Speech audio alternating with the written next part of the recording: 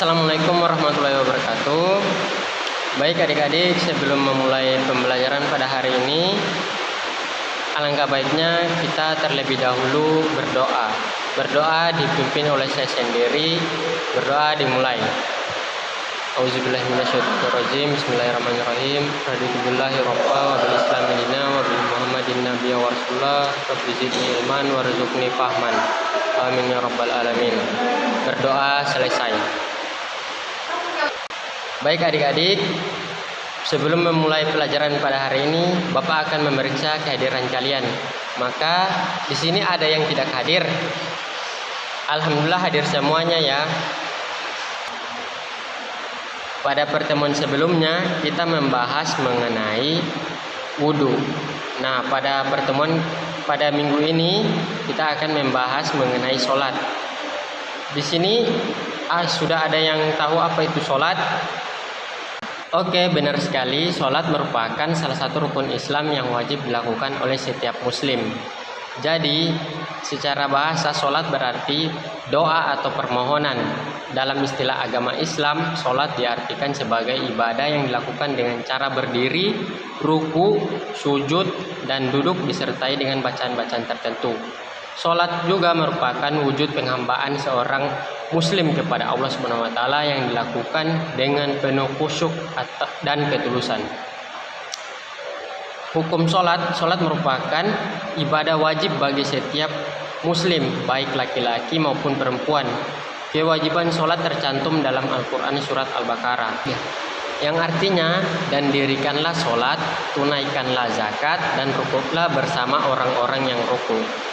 Selanjutnya rukun sholat. Rukun sholat adalah unsur-unsur yang harus dipenuhi agar sholat menjadi sah. Jika salah satu rukun tidak dipenuhi, maka sholatnya tidak sah.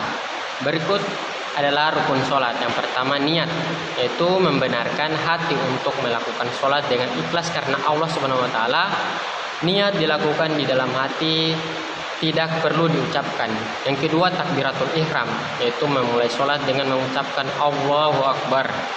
Yang ketiga berdiri, yaitu melakukan sholat dalam keadaan berdiri tegak kecuali bagi yang memiliki uzur.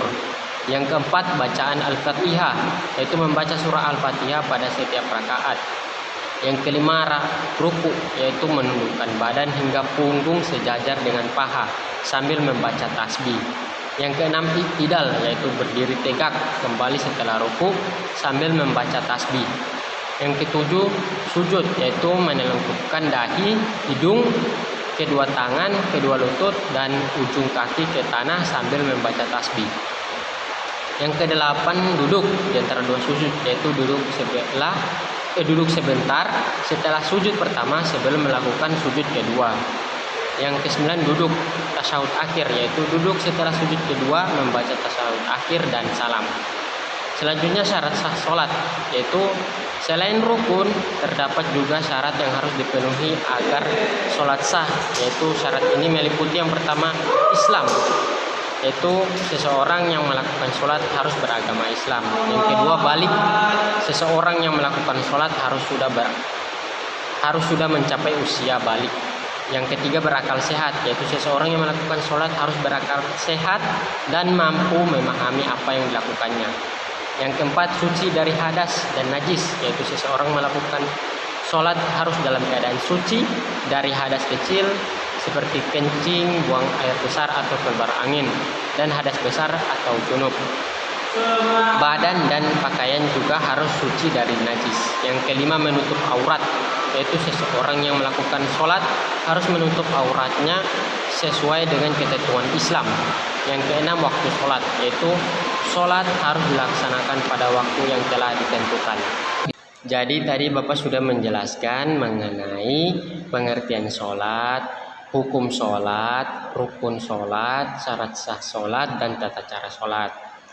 Jadi Bapak akan membagikan kalian menjadi beberapa kelompok. Jadi setiap kelompok memperhatikan dan mengamati materi dan gambar yang ada di buku paket tersebut. Nantinya Bapak akan memberikan tugas setiap kelompok untuk apa yang dipahami atau bisa dijelaskan dari buku paket tersebut. Karena waktu diskusi sudah selesai, dipersilakan perwakilan dari masing-masing kelompok untuk menjelaskan hasil diskusi di depan kelas. Untuk adik-adik yang lain, dimohon perhatikan penjelasan dari teman-teman kalian yang sedang mempresentasikan hasil diskusinya. Karena sudah semuanya mempresentasikan hasil diskusinya, maka kita berikan aplaus untuk semua kelompok yang telah berpartisipasi. Oke. 3. Jadi waktu pembelajaran pada hari ini sudah habis. Bapak akan memberikan kesimpulan dari materi yang dibahas pada hari ini, yaitu sholat merupakan ibadah yang sangat penting dalam Islam. Melalui sholat, seorang muslim dapat berkomunikasi langsung dengan Allah SWT, memohon ampunan dan mendapatkan ketenangan jiwa. Dengan memahami materi sholat secara komprehensif, diharapkan umat muslim dapat menjalankan ibadah ini dengan benar dan khusyuk.